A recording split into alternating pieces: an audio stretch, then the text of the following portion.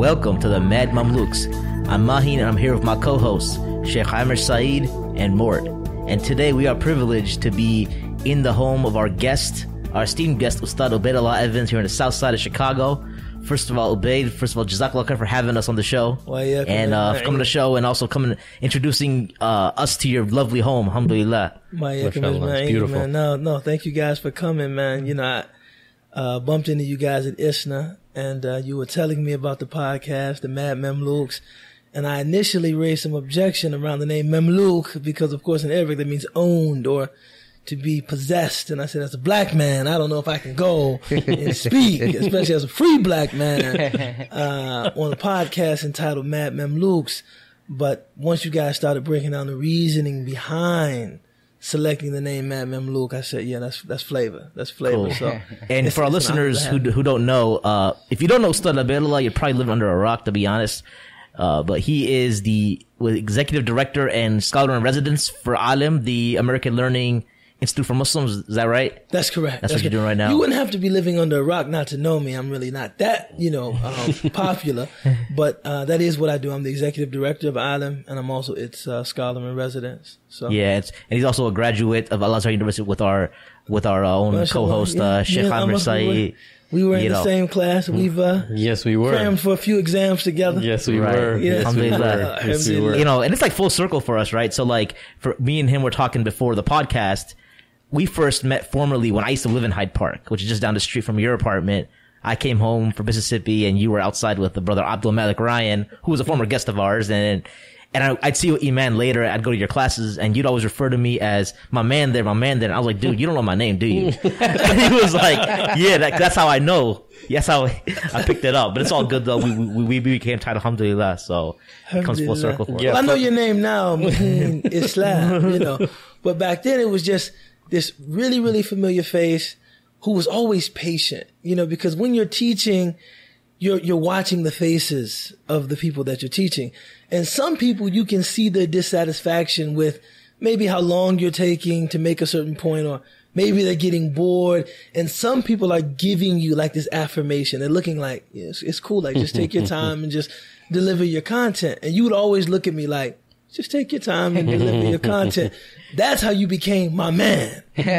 Oh, my man. There's a story behind that. Because I was relying on you to kind of steady me, as I was teaching. No, it came full circle for me too. And for our listeners, I want you to imagine this. We're in Egypt. We're in Cairo. And we're in an auditorium full with maybe 300 to 400 students. And I'm standing all the way in the back. I didn't have seating at this time. And I'm just waiting for some students to empty out. And some students are leaving. And while I'm standing all the way on the top of this auditorium, so I kind of have a bird's eye view on the whole entire auditorium, I see this one gentleman, and I'm going to say gentleman, walk in to the class. And he's got some books in his hand. He's got a blue blazer on with a white shirt. It may have been pink, but it was a white shirt with a bow tie. And he had some nice looking jeans on with some very nice Prada looking sneakers. And I was like, who is this guy? And I was like, where's this guy from?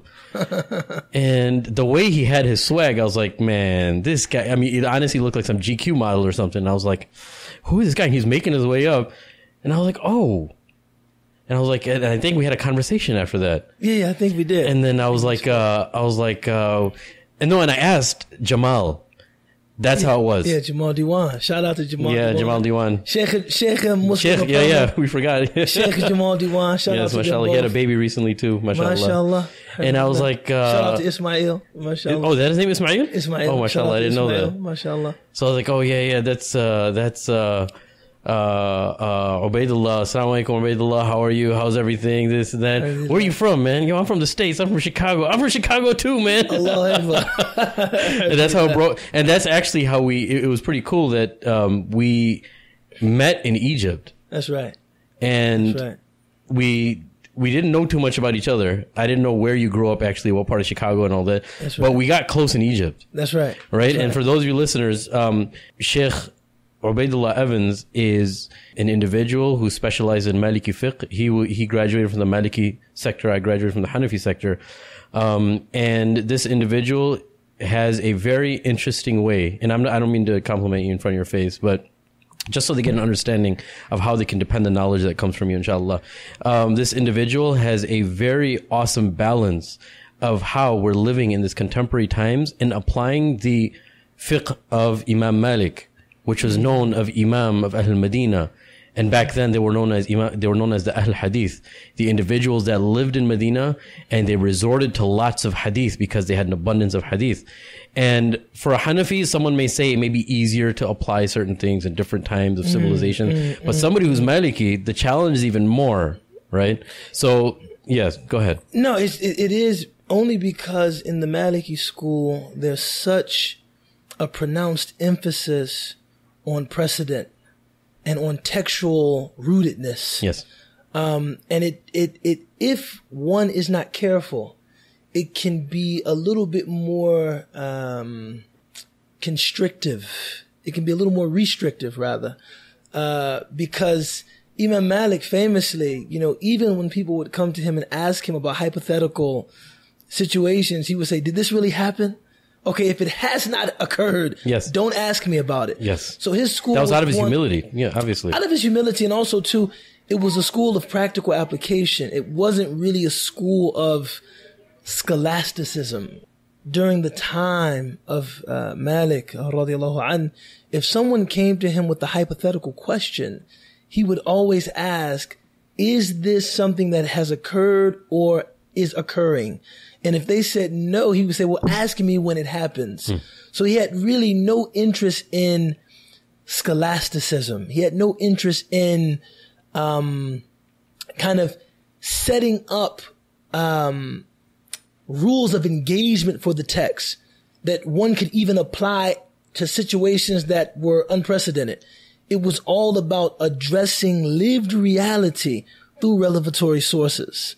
And so with the Hanafi school, for the instance, Hanafis feed off of hypotheticalness. That's what I love about the madhab. They love hypothetical Yes. situations. And, there was a self-conscious scholastic activity. We want to lay down broad-based principles that can be applied to situations that are unfathomable. But this is how it's done. Whereas in the Maliki school, there's much less emphasis on that initially. Now, of course, with the schools developing and as law is codified, all of the schools start engaging in, hypothetical and, of course. They start addressing situations that are without precedent.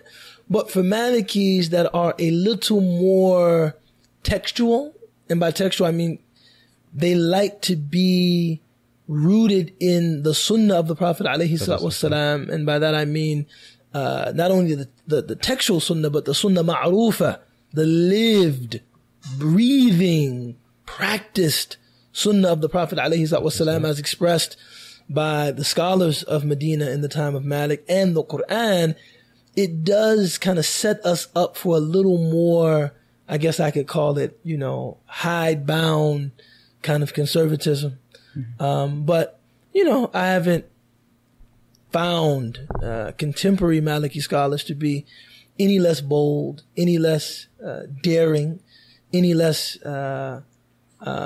Muslims have our own special language, man. You can't say innovative as a Muslim. You know what I'm saying? Even though that's what I want to say, innovative, any less creative in terms of reconciling the text with, unprecedented, situations. So, and the reason why I bring this up, I'm sorry, just one quick point. The reason why I bring this up is one of the main aims and objectives of the podcast is to bring people together, regardless of whatever flavor of the deen that you follow, whatever madhab that you follow. And people should know how much respect these individuals, the imams, as we refer to them as the four imams, how much respect they actually had for each other, and how indebted, if you really want to study the four madhabs or even scratch the surface, everyone's indebted to Imam Malik. Everyone's indebted to Imam Malik. And similarly, everyone's indebted to Imam Abu Hanifa. No, of course, in their own way. But the Imam of Dar al-Hijrah, the Imam of Ahl Medina, everyone's hats off to Imam Ahl Medina, So people should, they should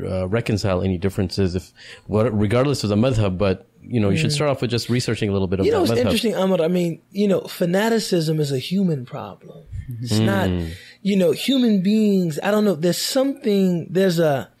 there's a strand in human beings that I think lends itself very easily to fanaticism. Yep. So I remember which, we'll find, Ohio State Buckeye fans and Michigan Wolverine fans will kill each other. Yeah, right? Or the Bears and the Packers. The Bears and the Packers, the Bulls and the Miami Heat, formerly the Bulls and the Detroit Pistons. I mean, there's a fanatical, strand that I think just exists within us. So the fact that it kind of plays itself out in these intramural religious rivalries, it's not surprising to me, but it is disheartening. It is disheartening. Because the people who we purport to represent, they didn't have that.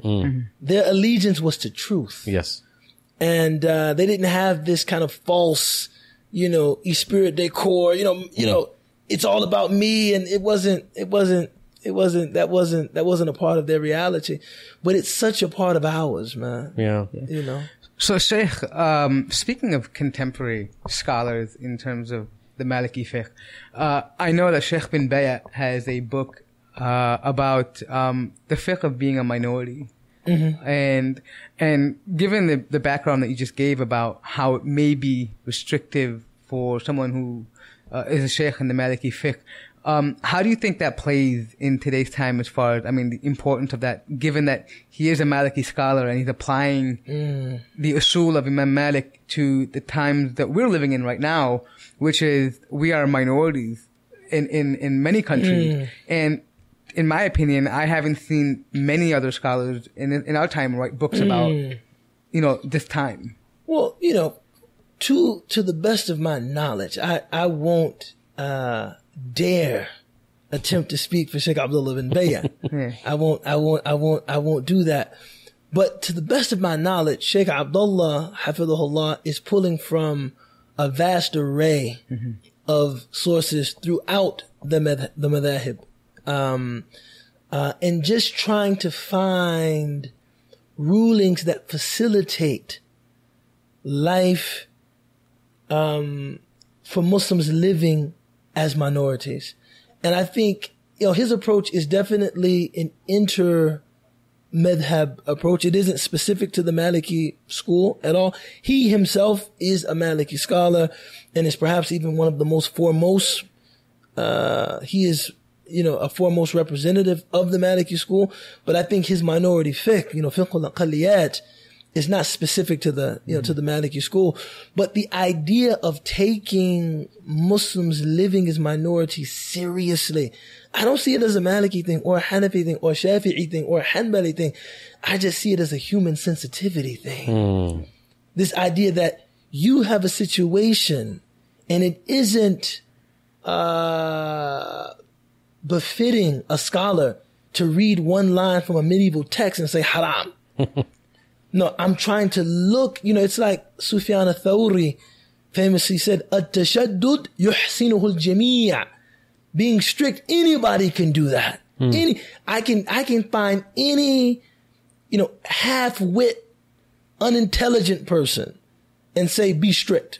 Look at a book and just read the answers in the book. When people ask you questions, if their questions are unprecedented, just say haram. Yeah. Speaking as a layman, and mashallah we're in the presence of Mashaykh, but as a layman, I find a lot of times... I'm a layman too. Well, I'm the most... I'm not here, but... So my main question is this. I think a lot of listeners are wondering too. A lot of times when we listen to certain lectures or read certain books, and sometimes they've been written in a past time or maybe for a specific geographic location, we find that sometimes, and may Allah bless them and reward them, but sometimes the responses lack pragmatism. Like when we're living in a society like we have today, sometimes it's very hard to say, hey, you know what, this is... Like you look at a day and say, wow, everything's haram. No matter what I do, wherever I go, it's not allowed. And so I think is right my now, being here halal? Yeah, exactly. And so you actually do have people like sometimes getting in that conversation. Are we in Dar al-Kufr? Are we in, is it Dar al-Salam? What do I do? What can I do? What can I do? And I'm sure you've heard of all these discussions that go on in different circles and groups. But my point is that for people who are younger nowadays, it's so confusing for them. And at this point, as you as a leader and someone who talks to the community, what advice do you give to people that are kind of confused as to so what applies to them and what doesn't apply to them today? for me, man, empowerment is very, very important, because I think when I'm thinking about Muslims in America, when I'm thinking about Muslims in America, I'm not thinking about us as this kind of, community of learned religious scholars who are directing the ignorant masses.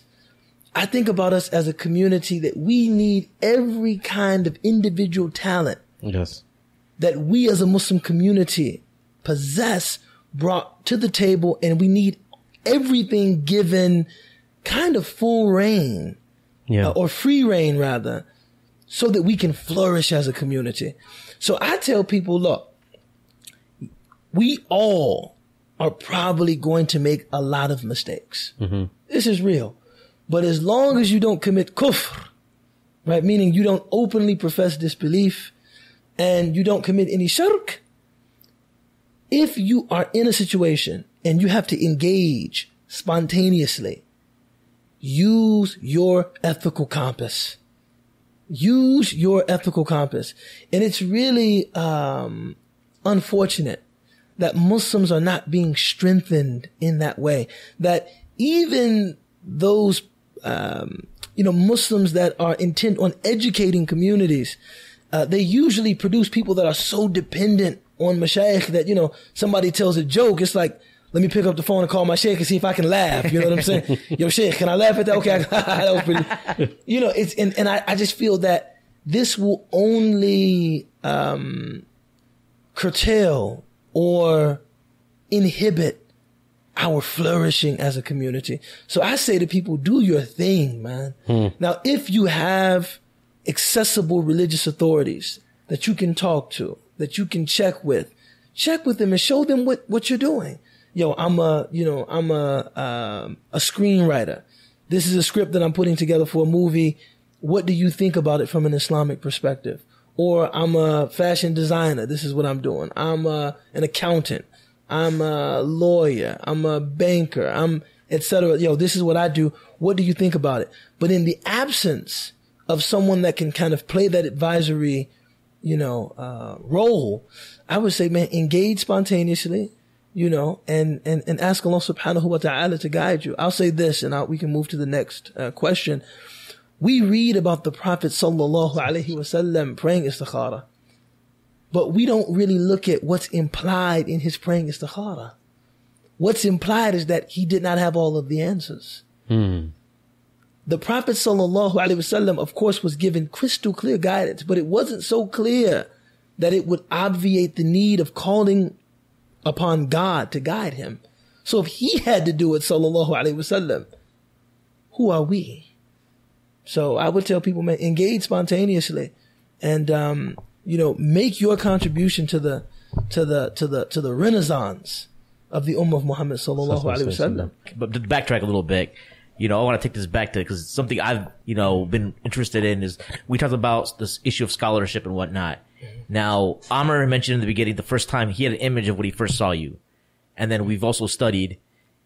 And a lot of these mashayikh have presented to us a view that scholars should be ascetics. They should be very simple. That's something that's praised as far as like, it is. Now, with that being said, now you have, alhamdulillah, a very savvy sense of fashion. You would maybe considered a sartorialist, perhaps. Perhaps. And our former, our listeners should know what that means, because we covered that on a previous podcast. But how do scholars balance this, first of all, and then talk to us a little bit about your own personal style. It's kind of a two-ended question there. Well, I think, this idea of zuhd or taqashuf, to be a person that engages in self-denial, or to be abstinent in the dunya, this is kind of a cultural expectation. And by culture, I mean the culture of scholarship, not any particular ethnic identity, but the culture of scholarship has produced a certain esteem for zuhd. And I think that's a good thing, because scholars should not only represent the ideal of being erudite or learned, but they should exemplify our religious ideals at the highest level. And so for people to be otherworldly, meaning they're more focused on akhirah than dunya, I would say on the whole, this is a very good thing. However, we have to recognize that this takes on different forms for different people, and also at different times and in different places. So what one person considers, something as, what one person considers an expression of zuhud, another person might consider undignified. That's you see what I'm saying? Yeah. What one person considers, or at one time might be considered extravagant, in another time or another place might be considered dignified or fitting or representative of the station that the alim holds, in society. So I think it's, I guess that's a way of saying it's relative. And, Imam Malik, since we were on the topic, he was famous for, being a man of, not material excess, but material comfort. And so I remember reading a story about Imam Malik. I'll give you two stories. One story, and I find the first story even funnier than the second, was that a man heard about Imam Malik, and he heard that he ate meat every day, which at that time was it was regarded as extremely extravagant, and that he dressed in very, very nice clothing, and that he wore very, very expensive perfume, and that he burned bukhur, and he had chamberlains that would stand at the doors of the majlis where he taught hadith. Allah. And so a man came to him and said, "Are you Malik ibn Anas? Are you Malik?" Radiallahu an? And Malik said, "I am." "Are you the one that we heard eats meat every day, wears nice clothing, wears perfume that's, very exquisite, and, has chamberlains sitting at the door of his majlis and all of this?" And Imam Malik said, "Yes, I am that one. But I'll have you know that we never engage any of that without praising Allah subhanahu wa ta'ala." Allahu Akbar. And then in another story about Imam Malik, when asked about his personal aesthetic, he said, "I dress for my knowledge." That's beautiful. I dress for my knowledge. I am a host to my knowledge. And this is just a way of making sure that I am dressed appropriately so that the knowledge I possess will be respected. That's best befitting for the knowledge. It's befitting for the knowledge. Yes. It's very similar to the story about, now you want to know someone who was a zahid. Ibn Mas'ud radiallahu an was a zahid. He was known for zuhud. And Ibn Mas'ud, as you know, he was very short in stature. He was very small. He's a very short man. But one of my friends said the other day, he was short, but those shins made it into hadith. Yes. Radiallahu an. But he was a very short man. And he was also a zahid. One of the stories we have, or one of the descriptions of Ibn Mas'ud, was that he would walk around the streets of Medina unshod. He wasn't into that. But because he was very short, because he was very small, and the Muslims figured he might not be the best fighter on the battlefield because he's very small in stature. Very skinny too, yeah. And he was hazil. He was very thin. The job they gave him, or the task they gave him, the role that was assigned to him, was to carry the standard of the Muslims into battle. So when the Muslims would go into battle, Ibn Mas'ud was the flag bearer. He would carry the flag. And when he was given that role, I forget exactly which military campaign, but when they saw him, he was dressed immaculately, and everybody was shocked. Ibn Mas'ud, this isn't like you. I am carrying the flag upon which is written, La ilaha illallah Muhammadur Rasulullah. I have to look appropriate carrying that flag. And that is kind of how I see Malik's statement, I dress for my knowledge. Of course. And then a funny kind of a light story about this same tendency of Imam Malik was that once some of his students encountered the students of another sheikh. And the students of this other sheikh said, Imamuna aktar min imamikum hadithan. That our imam knows more hadith than your imam. And Imam Malik's student said, no, we don't think so. And he said the same thing, our imam has more taqwa than your imam. And Imam Malik's students responded, no, we don't think so. Then he said, our imam has more fiqh than your imam. And Imam Malik's students said, no, we don't think so. Then he said, our imam has more zuhud, more otherworldliness than your imam. And Imam Malik's students said, yeah, you might be right about that. You might be, yeah. You may have a point there. He's not exactly known for that, So I think it's relative. For me, as an African American, living in America, my goal in terms of my aesthetic is twofold. One is to honor the traditions of the men that I grew up emulating, even though they were not Muslim. I think that much of what they tried to convey to me about masculinity, how a man sits, how a man carries himself, how your manners should be upon encountering people, having a firm handshake, how to host well, how to dress. These are things that I think I want to show they can be reconciled with Islam. This is a part of preserving the best of what we are and setting aside the worst of what we were. Of course. And the other part of it is that I want to express the religious value of ihsan. كتب الله إحسانا على كل شيء. Allah has written excellence on everything in a way that resonates with me. See, for something to be excellent to someone else doesn't exactly resonate with me. Yeah. So, I mean, I could certainly try to be or try to look, a way that suggested intentionality, a way that suggested, attention to detail and care and concern that someone else might recognize, notice, and even revel in, but it wouldn't resonate with me. So the way that I try to,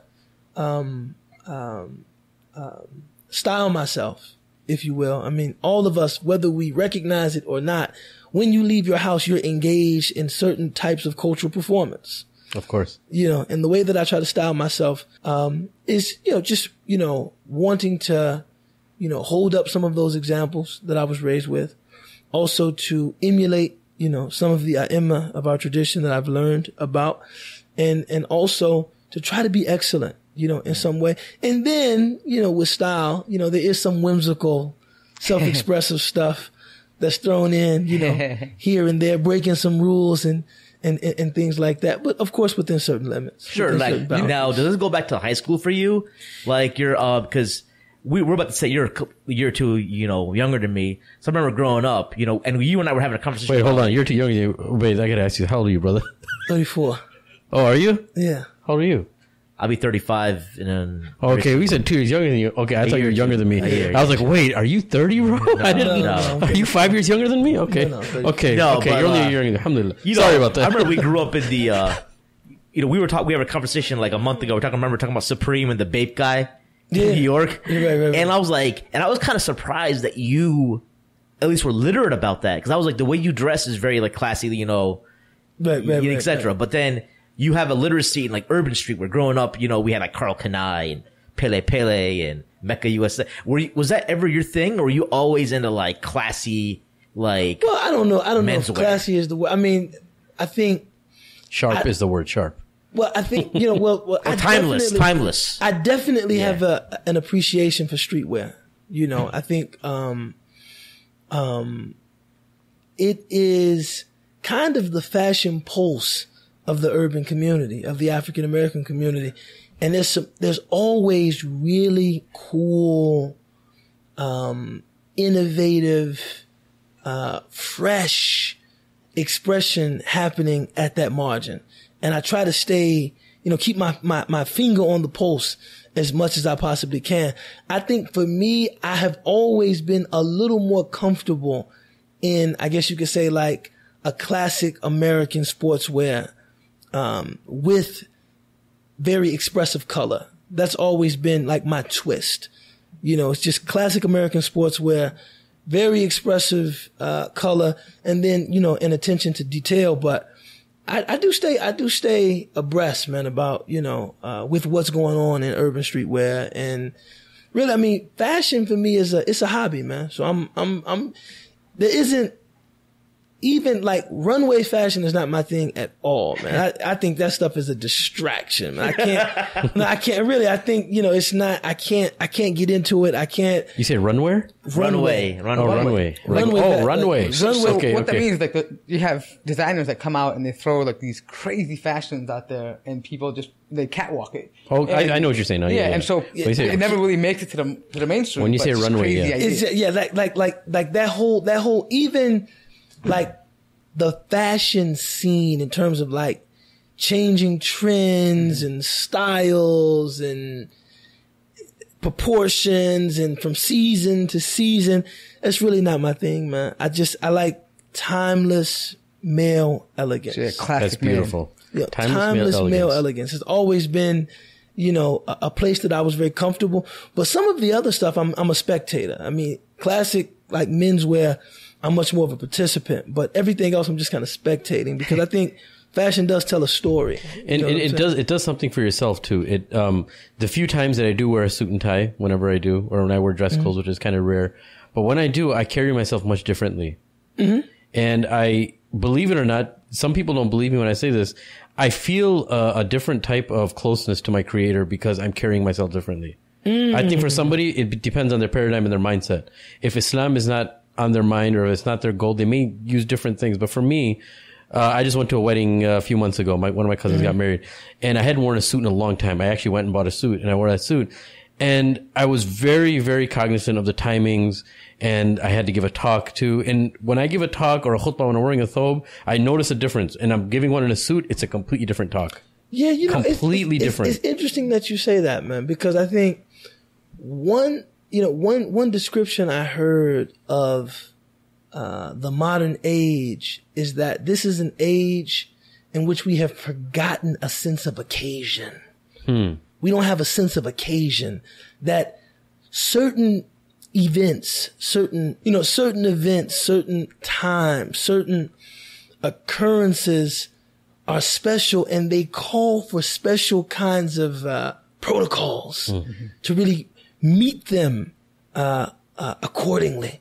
And that we've forgotten that. For us, it's just this one monotonous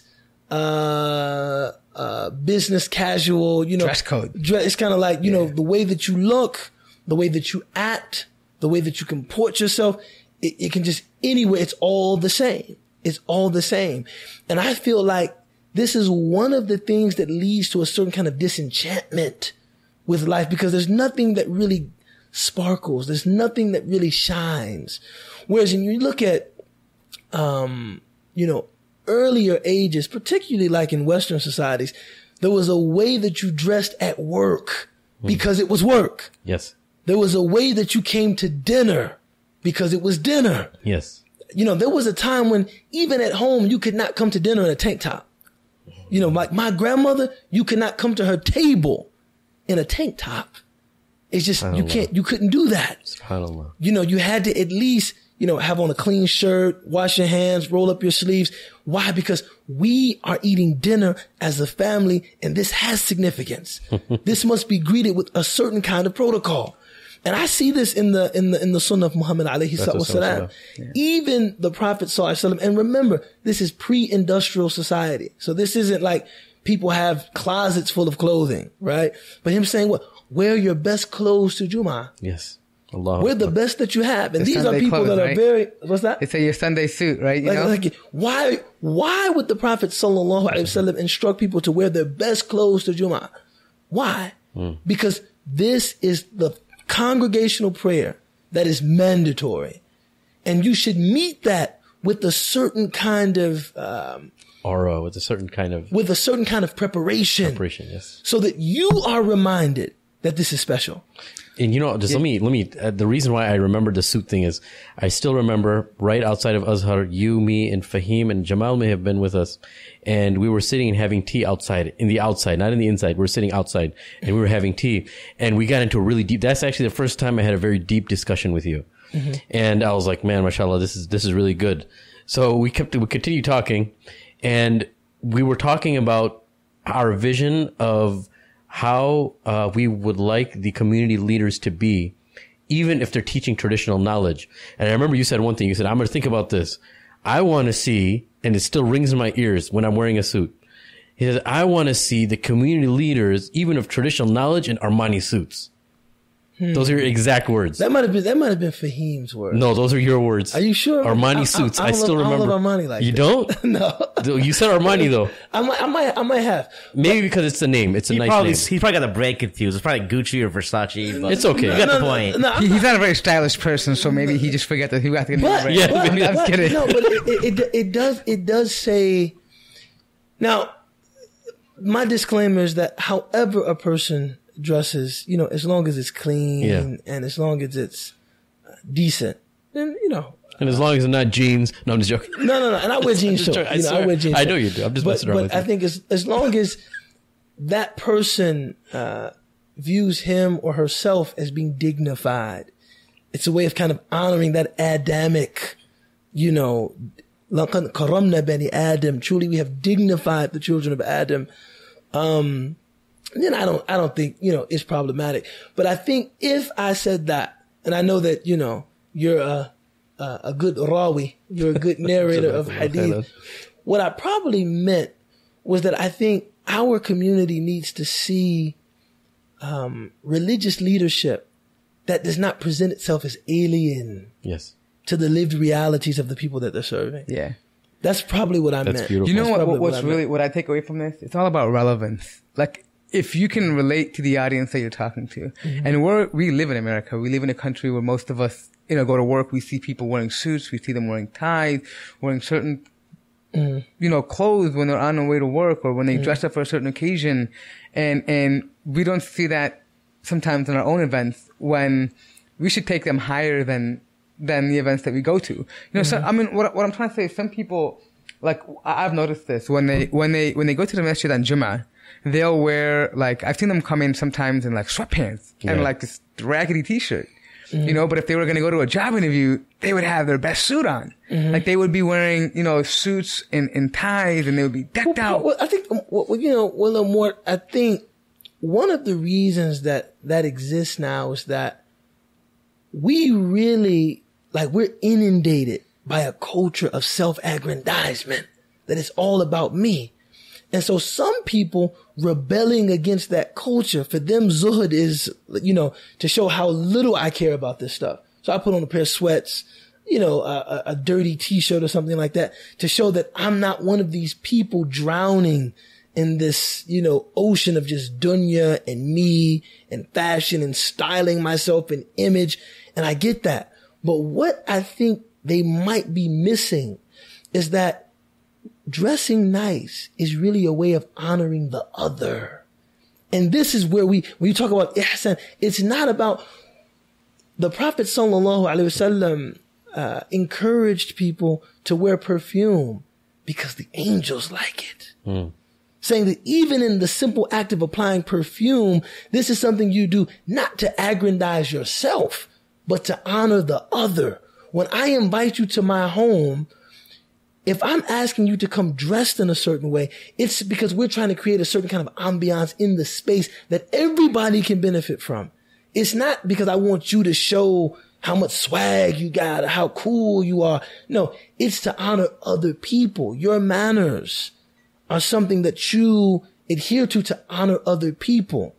The way that you carry yourself to honor other people. So I think we have to kind of counteract, or we have to at least counterbalance this culture of me and self-indulgence and excess. We're saying, no, we dress well to honor the gatherings that we're a part of. We dress well to honor the space that is the Friday prayer. No, I like how you shift that mindset and that paradigm. We dress for the comfort of other people. For the comfort of other people. Because the environment that we're in. Absolutely. And if you wear perfume, and I know that all of us had this experience, when you pray next to somebody, they have some nice perfume on, your prayer is so much better. But absolutely. But if as it's the opposed opposite, to somebody who doesn't smelling like, they like, would drag through a garlic patch. It's difficult. It's difficult. Yeah. You guys heard that, Daisies? You guys know what he's talking about. No, I'm a Daisy. I'm saying that. I didn't say that wasn't your intention. That was my intention. Not your intention. That's my intention.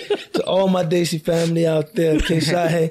I didn't say that. We're all self-hating Daisies here. That's why they're not That's self-hate. That's not what I love. You brought up something as relevance, right? And I'm going to talk about, and this is completely unplanned, but this is something I thought about as far as relevance is concerned.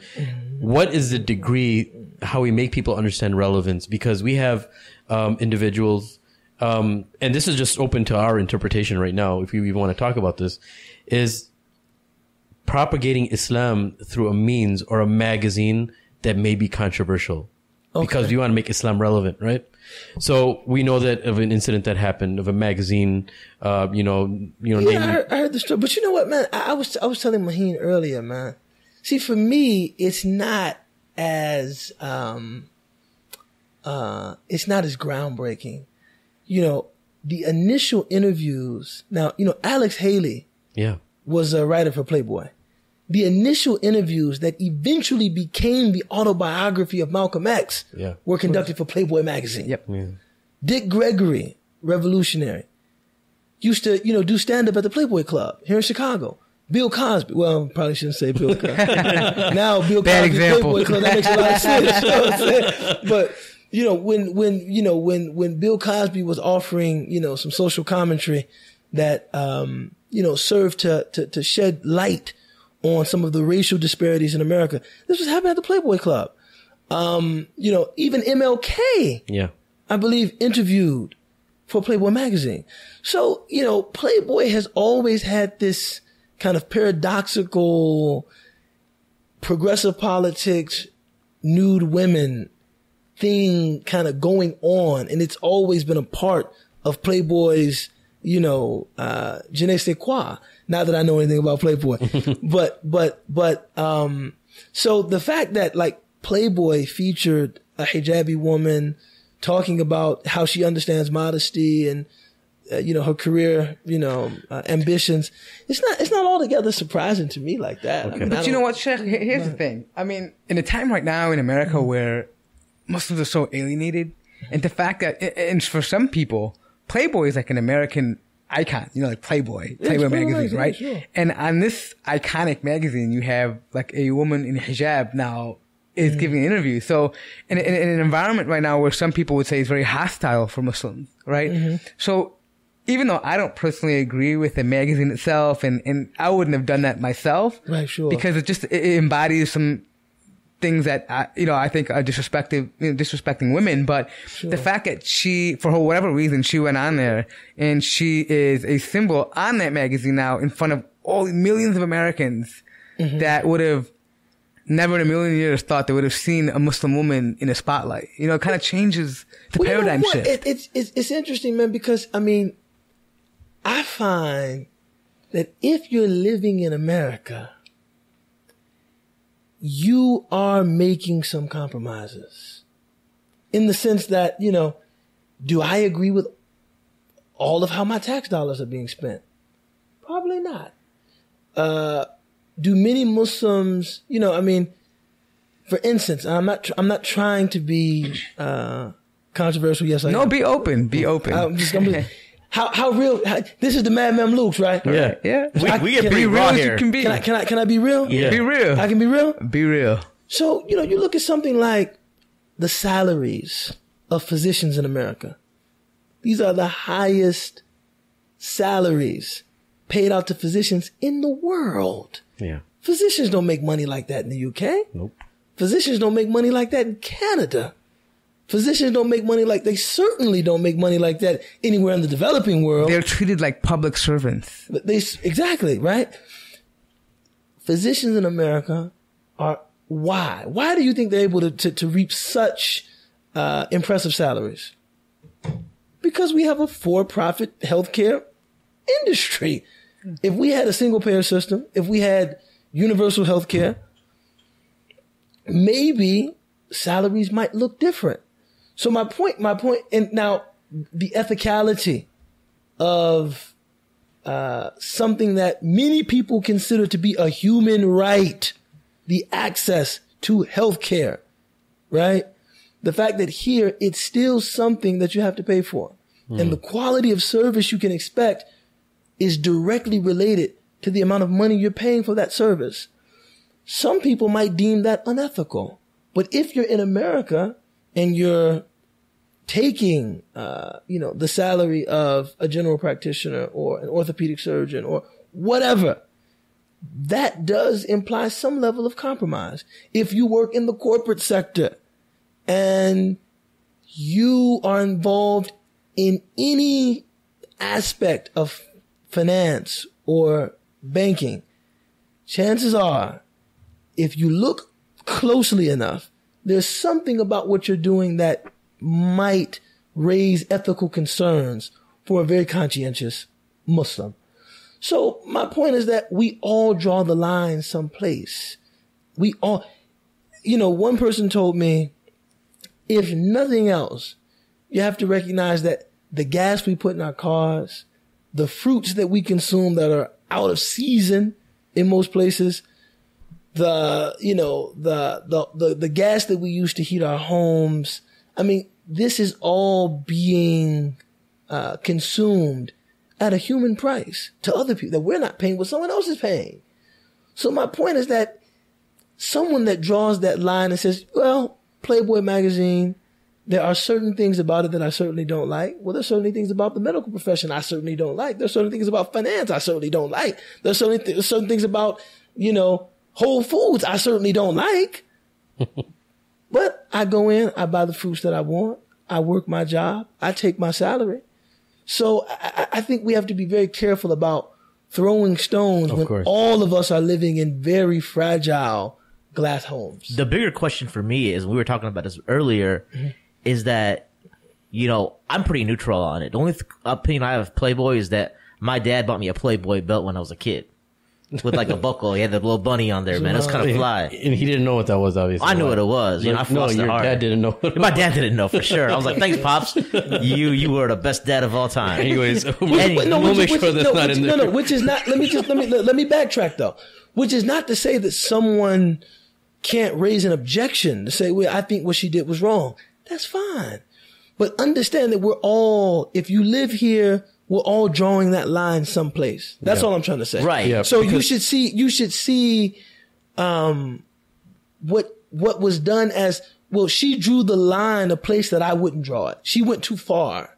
But understand that we're all engaged in that process of compromise. Yeah, but why do we have to have I don't think we have to have an opinion on every issue. Cause that might not be my cup of tea, but I was having dinner the other day with a friend of mine and, he's like, what do you think about this issue? And I really didn't have an answer. I don't really care.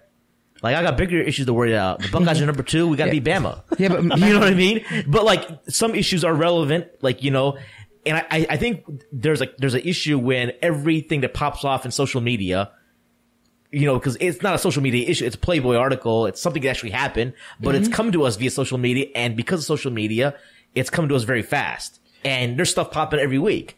And I feel like it's a distraction from us actually doing real work that has to get done. People are just too busy worrying about and commenting on these issues. Personally speaking. Let me shed a little bit of light on this, just so we get a little. So this is just so we put a few things in perspective.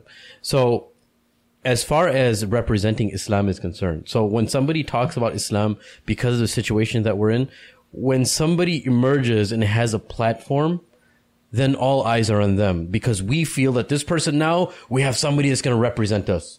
But what is a platform they're going to represent us in now? That's the first thing of why that can be a dilemma for some people. Because now Islam, whether somebody's practicing or not practicing, when Islam is being represented, everyone kind of feels like they're a part of that now. Yeah, but those people ain't doing squat anyways. No, well, you know what I'm saying? I understand what you're saying. 90% of them, right? No. They're just sitting behind a computer and clicking like. No, you know what I mean? You're right about that. But that I may feel that if that mindset is there, that negativity might shield some of our productivity. You know what I'm saying? Because if we say that, well, they're not doing all of that, they're not doing anything. As of right now, as far as even the Mad Mamluks or somebody who may be learned in some portions of knowledge, that's not how we're looking at that scenario. We're looking at, okay, the individuals that are around us that are Muslims, why is this bothering them so much? Is there some validity to them being bothered? Whether they're active or not active. Do you understand what I'm saying? Yeah. Can we just backtrack for 1 second? So I just kind of want to make this a little bit more, provide some clarity. So in terms of what you said about this issue, are you like implying that not everything is completely black and white when it comes to it? I guess what I'm saying is that we're all engaged in certain levels of compromise. Like, who here can say that they haven't shopped at Walmart at one time or another? You're right. I went about 20 minutes ago. Right. Now, everyone knows that for a long time, Walmart would, the people they employed, they would give them just enough hours so that they wouldn't have to give them health care. Yes. Right? It's very sick. It's very sad. It's very disheartening. Everyone knows that when Walmart comes into an area, I've heard this from people in the inside, they actually sit around the boardroom thinking about how they're going to take out small businesses. Meaning like, we have to have almost a Sun Tzu art of war strategy to bring local business to its knees. Oh, you're right. I mean, I used to do a lot of work with Walmart, and you know just as well in this community how long it took for Walmart to come around the south side of Chicago. Sure. Target and Walmart. Sure. There's a reason for that. Yeah, absolutely. Now, if Walmart has something you need, it's available, the price is good, you go in and buy it, you don't think, well, I'm contributing to the suicide rate of farmers in Idaho. Yeah. But you actually, it's almost like, how many degrees of separation are we going to use here? Yeah. So my point is that we're all engaged in stuff like that, and we draw that line someplace. Some people might say, look, sorry about the high suicide rate of farmers, but dude, I need these eggs right now. Yeah. Walmart is close to my house and I got to go buy them. Yeah. And the idea that he's contributing to the suicide rate of farmers is it's too many degrees of separation for him. Someone else might draw that line and say, no, I only buy locally, so I only buy at farmers markets. I don't go to Walmart. Yeah. And that's maybe where he's drawing that line. But as he's driving to the farmer's market, he's filling up his car with, gas that was basically taken at the price of Iraqi blood. Yes. Right? And filling up his car and driving to the farmer. We're all drawing that line different places. So if someone does an interview for a magazine that has a history of degrading women, let's just put it out there, right? I mean, how many degrees of separation? I mean, hell, I mean, if the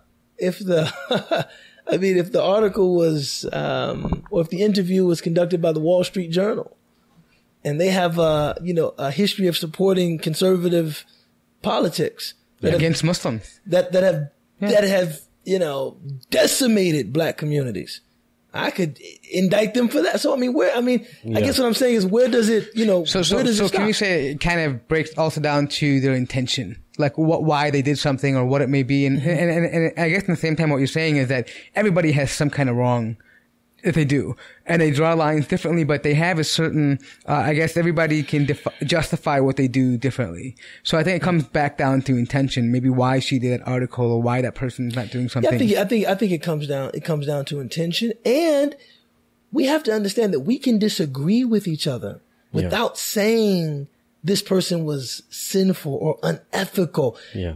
I think the only thing I'm saying is that we should change kind of the dimension of the discussion. Yes. You understand what I'm saying? Yeah. I love that because this is kind of one of the themes that we have, and we always talk about agreeing to disagree while maintaining our unity. Yeah. And also too, not questioning the other person's integrity. Yeah. Saying giving them the benefit of the doubt. I might say look, speaking at the Republican National Convention, that's too far for me. Yes, it is. Like that might not be something that's not a platform I would be comfortable speaking on. But somebody else might say, this is a demographic that needs to be engaged, and so I engaged them. And we're not saying that you're a sinner and you're not a sinner or you're unethical we just have a difference in approach and strategy. And that's it. What is kind of alarming to people, it becomes alarming because it has a history of nudity and all that stuff. And that's what people think of it as, just a magazine just full of nudity. So that kind of just, makes them, it confuses them that why would somebody use that as Islam as a platform? And they may say that, is that the medium? Is that how desperate we are to talk about Islam in such in such a magazine that we have to Islam has just become something that we just talk about it, and that's obviously coming from people that are more conservative, right? It's just something that we use as a platform, and we know that the history that it has, Islam doesn't befit to be inside of that. But you brought up something really good that I didn't think about, Mort.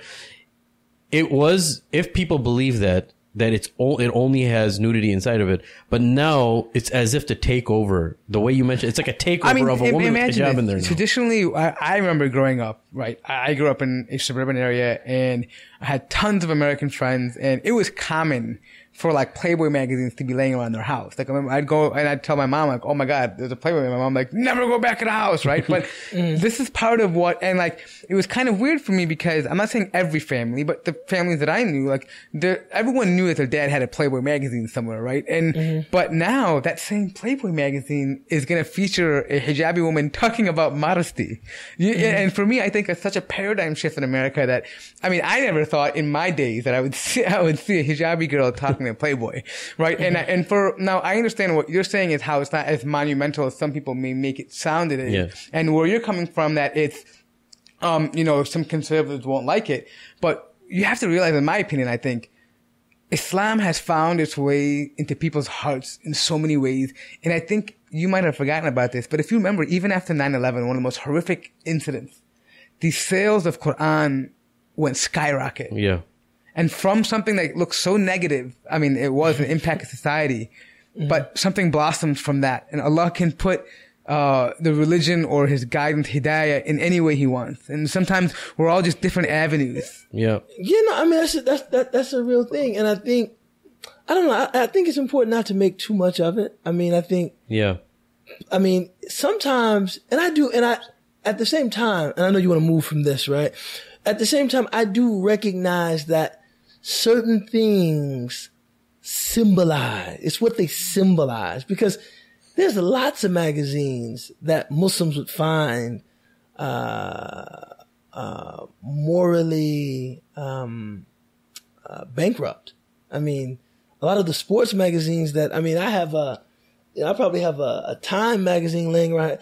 You mean to tell me there's no wine ads? There's no liquor ads. Very true. There's no casino ads. You're right. There's no, cigar ads. Of course there are.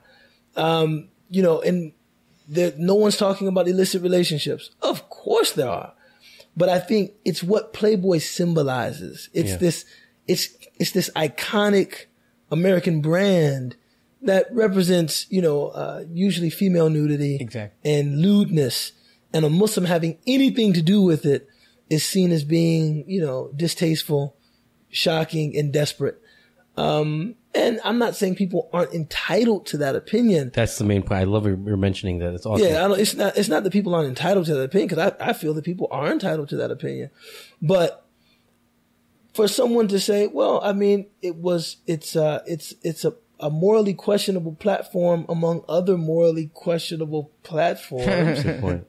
I just think that's a more realistic view of the medium. It's a morally questionable platform among other morally questionable platforms. I like it. You know what I'm saying? Yeah. I mean, yes. I don't know what platform is morally. Exactly. Oh the entire internet. Internet. Right. SubhanAllah. Right. Now, Alim, let's talk about Alim for a little bit, because I know you've been involved with them for a few years. And I think maybe to understand Alim a little bit, I remember the interview you did with Alim. You were talking about how someone that had sponsored you to go to an Alim program in Michigan. Right, yeah. And that's when you first saw Dr. Jackson, and you had a thoban, and they're like, this is the sheikh. And he's like, he ain't no sheikh, man. He had like a jacket on or something, like a blazer or something, Yeah, a like- sweater vest. Yeah, something like that. You know what I mean? But like, talk to us a little bit about that transition. Like, you become Muslim in high school, then you go study, you spend time in Yemen, you go to Azhar, you finish the College of Sharia. Is that something you envisioned getting into something like this when you were at Azhar? Well, man, I always, even as a youth, man, I always had a penchant for law, man. I always liked law, man. At that, when I was growing, Americans generally have a fascination with law. Yeah, I see. I mean, even if you look at, Law and Order, Boston Legal, it used to be LA Law. I mean, Americans generally have a fascination with law. And my mother, encouraged my interest in law.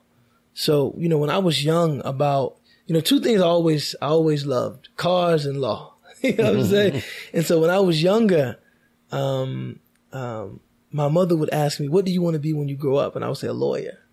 I remember talking about as early as, 4 or 5 years old. What do you want to be? A lawyer. That's what I want to be, a lawyer. SubhanAllah. And I always, maybe just watching the courtroom dramas and the Perry lawyer, Mason. Perry Mason and Blair Underwood and LA Law, probably more realistically in my case. So when I became Muslim, the idea that Muslims had law, it was tripped out because that was actually very attractive to me. Whereas most people that would be how you off-putting. gravitated to that. So the jurisprudence attracted you? That was very attractive to me. And I was like, oh my God. I remember the first time I became aware of of Sharia, of Islamic law, was somebody gave me a copy of Reliance of the Traveler. Oh, wow. That Sheikh Nur Hamim Keller had translated. And when I looked in it, I was like, oh my God, they have law. and I think at that point, I just said, I have to learn this, And so it was always my trajectory. I always wanted to know about Muslim law. So initially I studied at a now infamous madrasa. And I was there. I was at IIE, the madrasa in Elgin. I was there for about 2 years.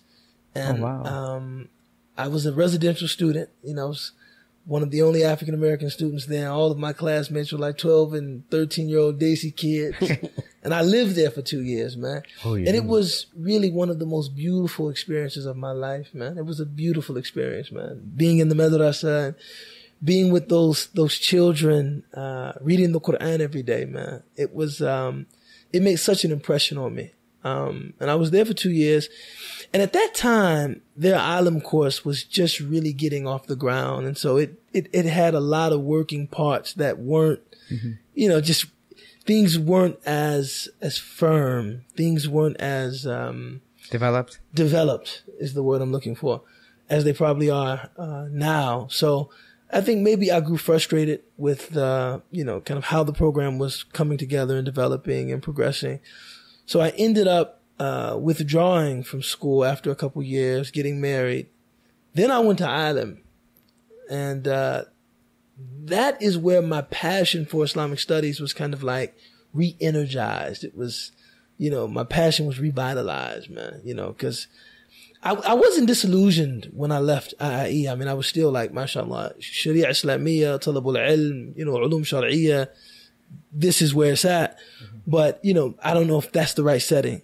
For me as an adult that also wants to get married, I would be looking at my classmates, these little kids, and we're reading Quran. I'm like, I got other things on my mind. I don't know about you guys, but I need to get married at some point, man, And you can't even talk to them about that. Kids, I don't know about you guys, but so, getting married and then going to Ireland and then kind of re-engaging Islamic studies. I went to Yemen to try to learn the Arabic language. And I think, alhamdulillah, Yemen was a really, really good trip for me. What part of Yemen did you go to? I was in Tarim. I was in Hadramaut. Okay. So in Hadramaut. I was in Hadramaut. So I got a chance to, spend time in Hadramaut and in Tarim. And so we moved on Mukalla for a little bit, huh? Yeah, I visited Mukalla once. Okay. And it was really, really nice. And then I came back to Chicago. And Yemen, I went kind of to like feel it out because my daughter's mother, Allah yarhamuha, may Allah have mercy on her, she was pregnant with my eldest daughter at the time. And she's like, look, I'm not going to be pregnant in Yemen. You go there, you tell me what it's like, and then you come back. And so when I went to Yemen, I saw, I don't know if this is going to work for you. You know? And it wasn't, I mean, it really, it's a beautiful, beautiful place. But just given how I wanted to focus on my studies, I knew my wife, at that time, she was my wife, Allah yarhamuha. I knew she would probably thrive best in a place that kind of mixed a little bit of an urban center that had its shopping malls and its coffee shops and its a little bit more traditional there. Yeah, Yemen was definitely more rural. It was just a very Tarim was just very rural. This was were you at Dar al-Mustafa? No, I was at Ma'had al-Badr. Okay. Which was like a subsidiary of Dar al-Mustafa. Yeah. It was like an affiliate of Dar al-Mustafa. It was like a language institute that was connected to Dar al-Mustafa. But of course we had access to Dar al-Mustafa, and we would go there, a few times each week and learn from the teachers there. We had really gratifying experiences, man, I think with Dar al-Mustafa. But upon, returning to the States, I thought, maybe Yemen won't work the best for my family. And I started looking for other places to study. And no disrespect to Azhar, right? But I was told, stay away from institutions in the Muslim world. They're so dysfunctional. It's like getting into a time capsule or something like that. I mean, it's like going back like 100 years or something like that.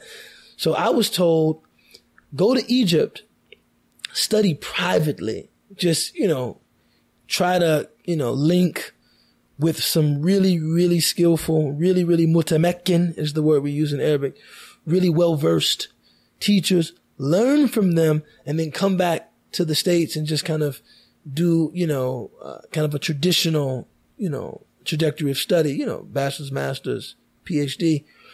And when I got to Egypt, it wasn't as easy as I had anticipated. I thought, you could just walk up and just go to Sheikh Al-Azhar and say, I want to study with you. I'll be at your house at 5:00. And by the way, I don't like tea, just walk, just walk away. But it was gaining access to, to that level of scholarship was much more difficult than I anticipated.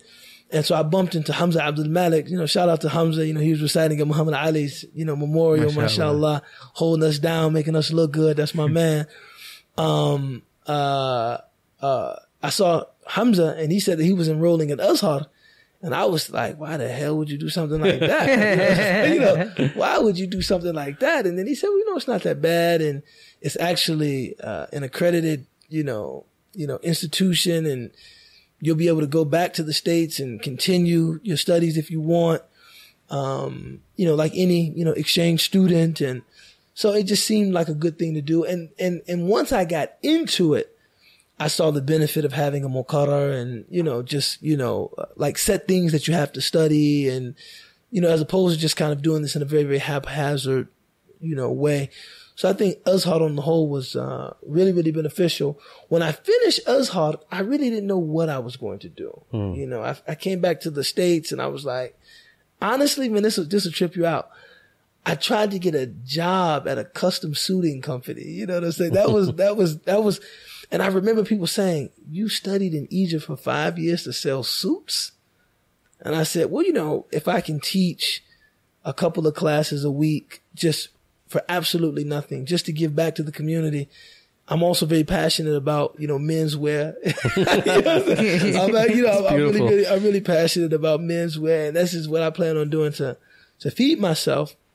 And I interviewed twice at a place called Paul Stewart, which is, when it comes to haberdashery, which is like accessories and things like that, it might be one of the best places in the world, man. They actually have two locations here in Chicago. They didn't pay me to say this. But you talk about your cufflinks, ties, right. pocket squares, socks. It's just a really, really, they do things well there. So I interviewed twice and I was actually guaranteed the job. The guy who, the regional manager, his name is Paul Kelly. I know Paul is not listening to the Mad Mamluk. I still see Paul from time to time. And he said, you'll get this job, but you'll start out part-time and maybe we can move to full-time. And he called me in for a meeting, and he said, the company decided that now is not the right time to expand, so we're not going to be able to hire you. So I was like, dang, I don't know what I'm going to do. And someone suggested that I maybe just start doing some freelance speaking as a Muslim, student, presenter, scholar, whatever. And so I did a couple speaking engagements at the invitation of Osama Cannon. Shout out to Osama. And from there, it's just, I guess, as they say, the rest is history, man. I started doing that a little bit. And then Alim reached out to me. They kind of saw what I was doing, and they said, well, what if we could, bring you on board? We would handle the whole kind of administrative side of getting speaking engagements and arranging them and organizing them.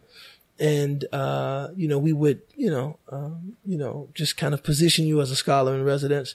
And then after a year, I became the executive director. MashaAllah. And, that's kind of what I'm working on currently. So anybody listening, you want to donate to Alim, alimprogram.org.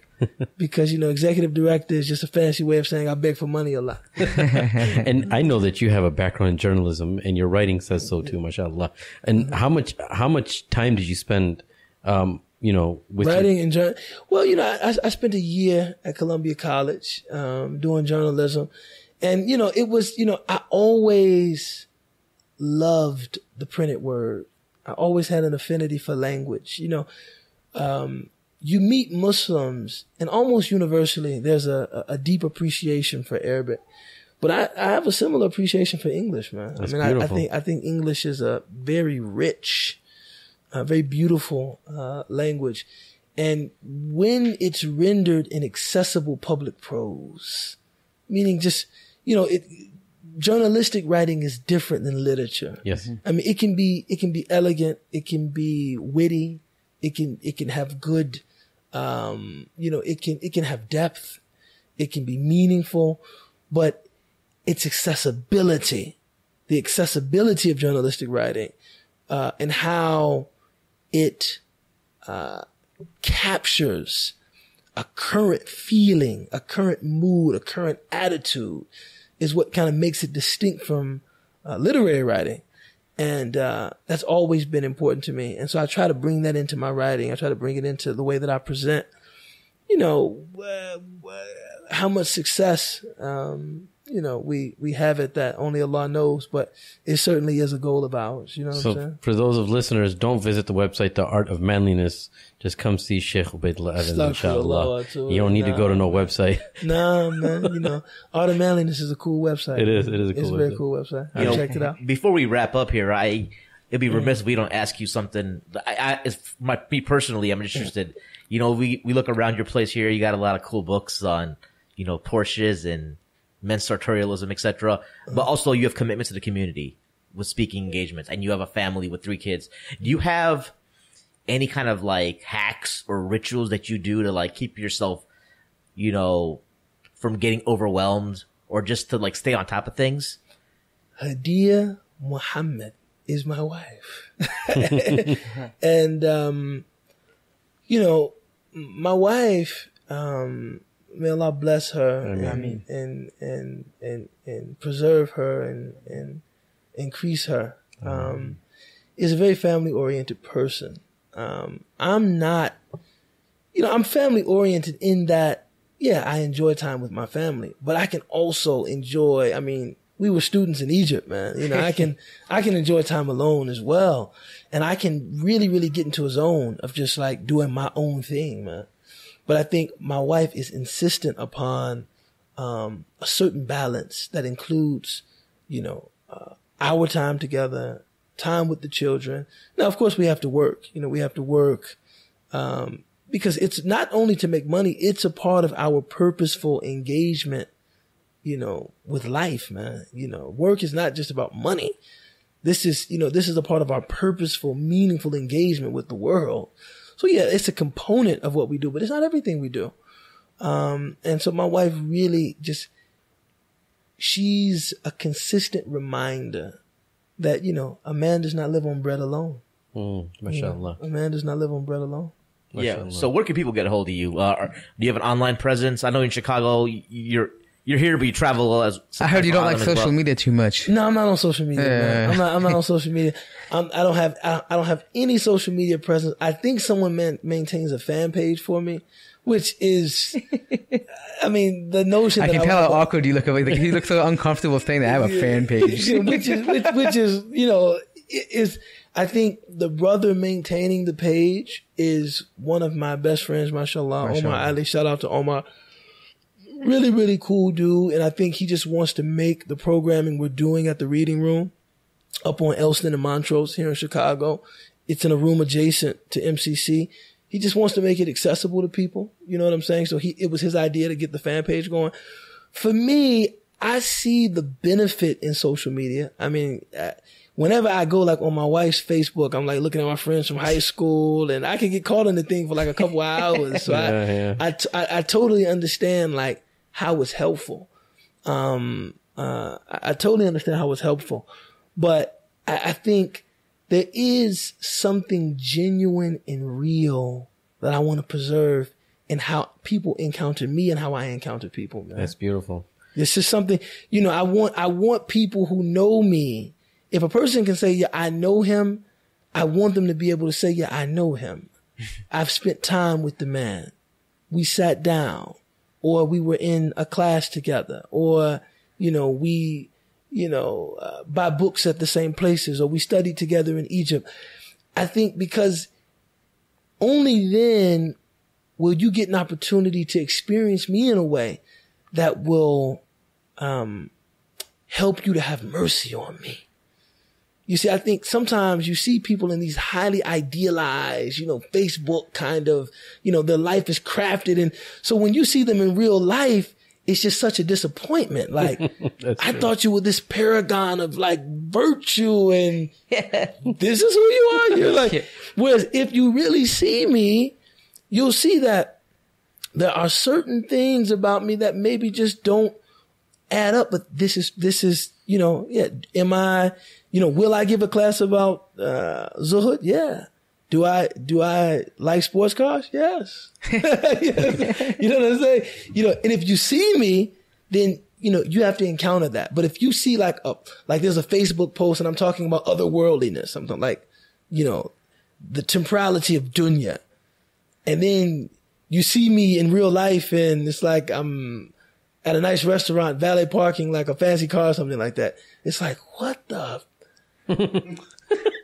Oh man, that guy's he's a phony. I love this guy so much. He's a phony. But if you see me in real life and we're actually at the restaurant together having that conversation and, maybe we're talking about cars or something like that, then you're in a position just to have mercy on me because I have my own challenges, my own struggles. I have my own. I'm not an angel. Yeah. An angel. I think I get what you're saying. Like a lot of times people will see things on Facebook and social media and they'll take those little snippets and they'll say, oh, this is how this person is. It's defined by a certain post or picture or a moment. And a lot of times, we talked about this in a previous podcast, and people sometimes live a fantasy life through social media. Absolutely. And when people meet them in real life, they're just totally different. It's a totally different and they thing. live that way on social media because they're uncomfortable in their skin. I think not only that, one thing I noticed about social media, I haven't got too much into representing on social media, but I see that when I'm around individuals that may become sensations, or we call them celebrity scholars. I don't mean in a negative way, but I've been around them, and because it's another life and we're social beings, that becomes their life. And I'm trying to have a conversation with them, but I can't because they're constantly updating and this and that because that's another life they have now. Yeah, you don't really, you can't see that. You're talking with them and they're just constantly like this, and like you're giving a talk. I invited one brother once to have a talk, and as soon as his talk was done, I was hoping that he'd engage with people. He's just on his updates, and no one got a chance to talk to him. And this is what I'm saying. You can't even, people are more concerned now about capturing an experience than experiencing experience. Isn't that crazy? Yeah. How is this going to post? How is this going to look? Thinking, whereas selfie, it's kind of like, are you even feeling this? Are you even present for this? Yeah. it's almost like you're more excited about the picture of the food going on Instagram than actually eating the food. Yeah, True. Yeah.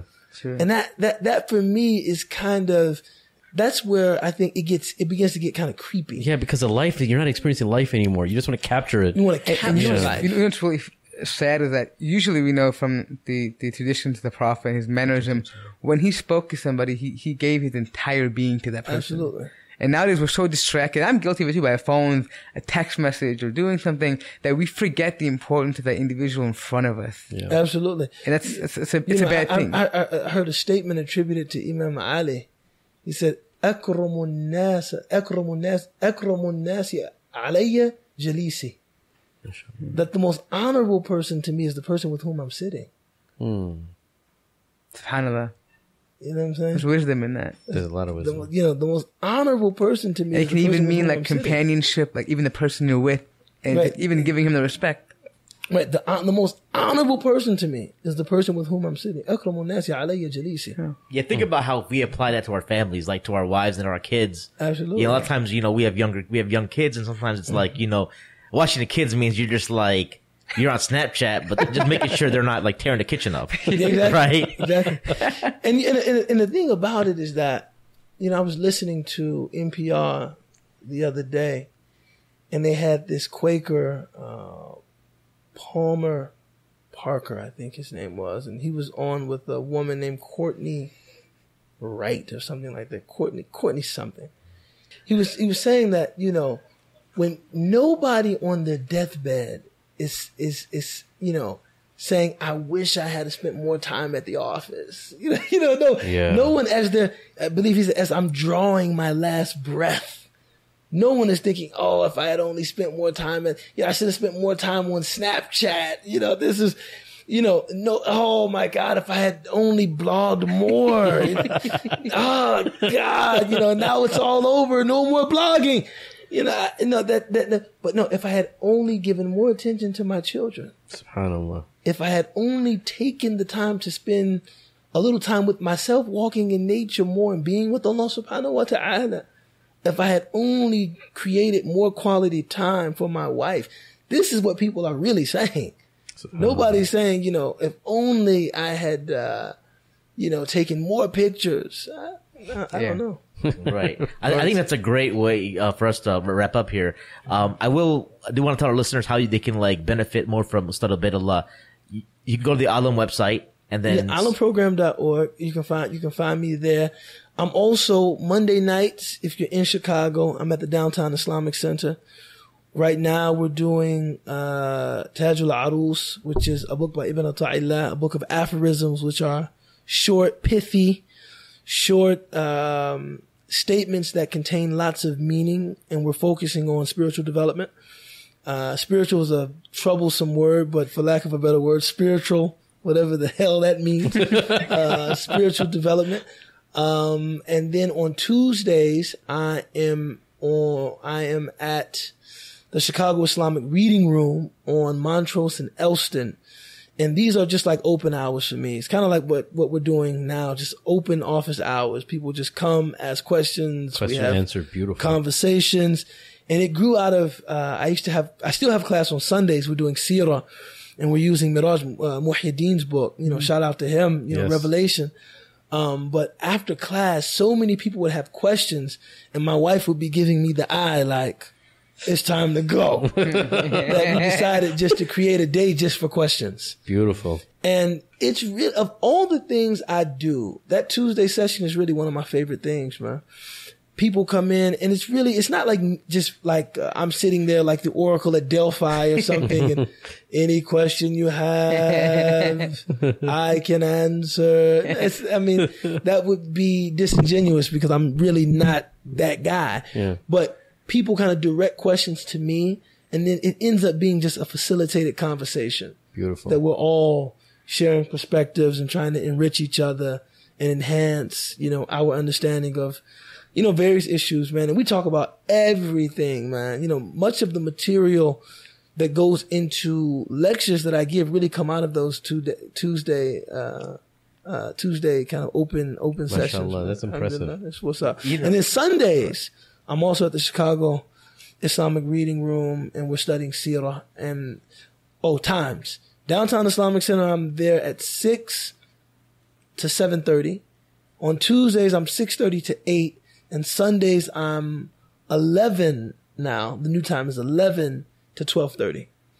And on any given weekend, I could be coming to a community near you. So and do you still do something a Saturday morning, Fajr, Chicago Islamic Center? Is that still happening? You know, we're going to start doing that. I translate for Sheikh Muhammad Imam. He, just gives a kind of a khatira, kind of a reflection. Talking about Muhammad Imam? Yeah, Muhammad Imam. MashaAllah. I didn't mention, man, I stuck for, I would be, when I first got back from Yemen, I studied with Sheikh Muhammad 3 times a week for about a year. Subhanallah. And I really, my spoken Arabic idiom, I completely bit his style, man. I just stole it from Sheikh Muhammad, who has some of the clearest, yes, most easily understood Arabic yes. you have ever heard in your life. And I'll have a story because our listeners don't know Muhammad Imam is. I asked around. I stayed a year. My wife was sick for 1 year, so I stayed here in the States, and I went back for my exams to Azhar. And I got tutoring. I was trying to find the right person, and somebody just alluded me to him. I went to his place, and the masjid was empty. They used to call it Masjid al-Qassam before. Masjid al-Qassam, right? The same place we're talking about. Internally, it's still Masjid al-Qassam. Okay, gotcha. Okay, gotcha. And I called him. I was there. I was like, I'm here. And all of a sudden, this dude walks out. MashaAllah, he looks like a lion, man. He's got this huge beard, which is almost as wide as his shoulders and up to his stomach. And he's like, "You're Amir?" "Yes, I'm Amir." He gave me a big hug. He actually made food for me once, man. He made food for me once. No, Sheikh Muhammad Imam is one of the great hidden treasures. Nobody knows about him. Nobody knows about his masjid. Only has like 5 people sometimes. He's leading the prayer. Now everybody's going. I'm not telling you guys where the masjid is because I want to keep him to myself. Yes. But Sheikh Muhammad is someone. The catch is that he doesn't speak English. Yes. Alhamdulillah. If you speak Arabic and you show up with any book, and he's also very, very learned. Yes. He's particularly, rasikh. He's particularly rooted in the Arabic language. In Arabic, mashallah, he's phenomenal in Arabic. And if you're studying Arabic with him, he weaves in tafsir. Yes. That's what I love. I was studying tafsir with him too. Yes. Hadith. I mean, he'll weave, but he's really, really a phenomenal Arabic teacher. But, higher level, balagha, rhetoric, and, very high level. Sheikh Muhammad Imam is one of the great hidden treasures of Chicago, man. People really don't know about him, but you can learn from his silence like you learn from his speech. Yes. Because he's just such a, mashallah. That's all I can say. Yeah, mashallah. He's dhakirun lillahi subhanahu wa ta'ala. He's one who remembers Allah. I remember sitting in his office and he would be having conversation. People would call in. The entire conversation was dhikr. Yeah. MashaAllah. Assalamu alaikum. MashaAllah. Alhamdulillah. Allahu Akbar. Subhanallah. Wa lillahi alhamd. Allahu Akbar. Wa sallallahu ala Sayyidina Muhammad. Assalamu alaikum. I'm just like, what was that? I'm just like, that was the conversation. You know what I'm saying? So, Sheikh Muhammad is dear, dear, dear, dear to us, mashallah. MashaAllah. And he's a part of the Iman family. So shout out to Iman, mashallah. MashaAllah. Ustad Ubaydullah, we could be here till midnight, 1 a.m. I'm sure we could. We got a million things. You gotta come on again? Yeah, I hope you enjoyed the experience. Man. No, I had a great experience. I think, Mad Mamluks, man, this is a great endeavor, man. And I think that what I would like to see happen, I gave a lecture at Boston University last Sunday, and it was okay. I kind of went at them a little hard. The lecture was about kind of changing the narrative about Muslims in America, and I went at them and I said, "Look, man, the Prophet sallallahu alaihi wasallam had allies." And when he was in Mecca, the thing that insulated him and gave him really the space to call to Allah was the fact that Abu Talib was a prominent Qurayshi chieftain. And, or he had status. And if there is one community in America that will be like our Quraysh, it's going to be the African American community. And I don't know if that fell on deaf ears in Boston or not. But what I realized while giving that talk is that we need a new format, man. I don't get me wrong, I like lectures. Khitab is when you have a good orator, good oratory is phenomenal. I mean, the Prophet ﷺ said, "Inna min al-bayan as-sihr."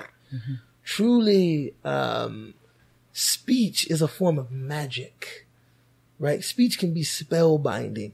However, I would like to see us move to a more conversational format.